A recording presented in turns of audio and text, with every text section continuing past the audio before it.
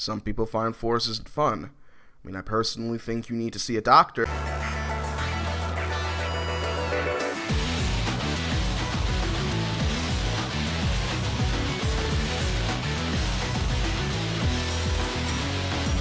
Before we get started, here's a quick reminder. You don't have to do this now, but please consider it towards the end. If you enjoy the video, please consider giving it a like, comment what you thought about the video and subscribe to the channel for more videos like this one. Now, on with the show. Something that Matthasnocuts said in his response to my critique on him had me thinking long and hard. Pause. For those who may not remember, I recently made a video critiquing how pessimistic Matt was on Twitter regarding Sonic Cross Shadow Generations. I won't go over my take on it again as the video is still up, so you can check it out for more context. But he says this: "But at the end of the day, one thing caught my attention is that you mentioned that I might be correct about the game being garbage, and that you'll admit it when you're wrong. I feel like that mentality is not prioritizing what should be most important about a Sonic game. If you feel that my critiques are unjustified, even if the game sucks, that shouldn't make me quote-unquote correct, because theoretically I had a baseless critique. It gives off the impression that you don't actually care about the critiques themselves and what they mean. Rather, you care about proving that Sonic is good again for the sake of your love for the franchise, even if it's not. That's subjective. Of course, that's just an assumption I have. But my point is that there's no horse in this race. That game might come out and everyone loves it, but you hate it. That doesn't make your critiques or feelings unjustified. Just like how if I end up hating it, that doesn't make my feelings about the game invalidated just because most people enjoyed it. It's an opinion at the end of the day, and there are no winners when it comes to opinions." Actually, it made me wonder, especially with that subjective part, is Sonic actually good? Was it ever good? Can it ever be good? First off, before I get into this whole discussion, I have to lay down the groundwork because a lot of people in my last video were really confused for some reason. This isn't a diss to Matthasnocuts, and the last video wasn't a diss to Matthasnocuts either, obviously. For some reason, most of the people that were complaining in my last video didn't even actually get to watch it. Hell, the person you thought I was dogpiling actually ended up liking the video and gave me some of the most constructive criticism I've ever received on this site. How much sense does that make? Please watch my videos before making accusations, for the love of God. Also, I want to clarify that I do care about the critique that Matt made. He seemed to think that I didn't care about it specifically, and only wanted to prove that Sonic was good again. While I do believe that Sonic is in a better spot now, that wasn't the reason that I made the video. I made the video because I think that this attitude is a big problem, and perhaps I can further clarify what I mean now that I'm no longer using the Rambles format. I think Sonic fans are way too quick to say that games are bad, and even then they'll look at games that are good and equate that to the game just being loved. But what Matt said is interesting. Does the concept of objectivity exist when it comes to Sonic games? I'm going to humor this a bit here.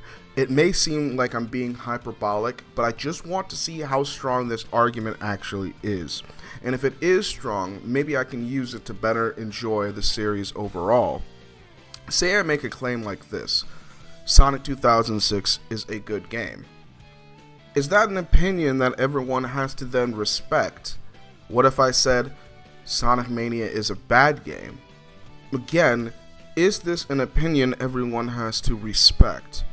What if I said Sonic was always good? What if I said Sonic was never good? Only the Dreamcast era was good. The classic era was trash. Honestly, what makes a Sonic game good? And can that question ever really be answered? Same with what makes a Sonic game bad? I used to watch a whole lot of Every Frame of Pause, and I know that it used to fuel a lot of my thought processes before, but I don't watch them anymore. I still wonder about where the line between objectivity and subjectivity lies. In what situations does this pertain to when it comes to Sonic? Because according to this statement, objectivity doesn't actually exist. Perhaps that's why LS Mark and other Sonic tubers say that fans shouldn't be hired, because at the end of the day, the concept of what makes the series good or bad seems to change at the drop of a hat. I guess I might as well give my definition of what a good Sonic game is and go from there. If you were to ask me, I'd say a good Sonic game has an interesting narrative. It doesn't have to be as bombastic as Sonic Adventure 2. It doesn't have to be simple, yet heartwarming like Unleashed. It doesn't have to focus primarily on environmental messages like the original trilogy. It can do whatever it chooses, and even if I don't see the narrative as my personal favorite, if I can feel the heart and soul in the story of a Sonic game, then I'll enjoy it. Hell, one of my favorite Sonic stories is from Mario and Sonic at the Olympic Winter Games. If you want to know more about that one, let me know and I'll add it to the list, because that one would at least be an hour long. But another facet of Sonic games being good is an emphasis on fun. The mechanics themselves don't have to follow any particular rules. The game can revolve around the colorful cast the series has come to love, like Heroes. It can focus on trying to repair a broken planet one jock at a time, a la Frontiers or Forces. Throw a number of elements at the wall to give the players some variety, much like Adventure 1 is fine too. And honestly, that's all there is to it. Simple, I know, but I believe that leaves the definition of a good Sonic game as something way less constrictive, which is the feedback Sega needs.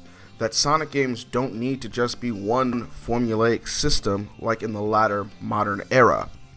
While my opinions on these games differ, I can still appreciate each and every one as long as it's fun.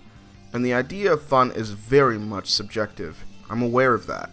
And maybe that's what Matt really means by what makes a good Sonic game, and will not hold the same meaning from one person to the next. And if that's what he means, maybe he's right. Some people find Forces fun. I personally think you need to see a doctor, but I can respect it if you believe Forces is an amazing game, even if I can't.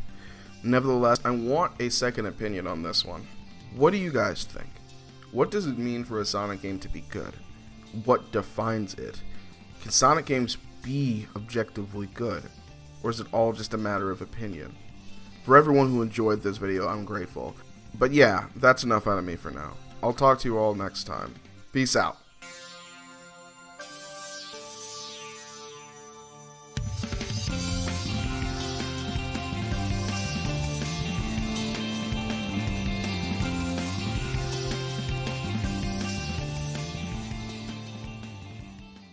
Yeah, so that's not a Mexican. This nigga Jen is racist. He said like 7 times. I think he was some sort of Spanish. Okay.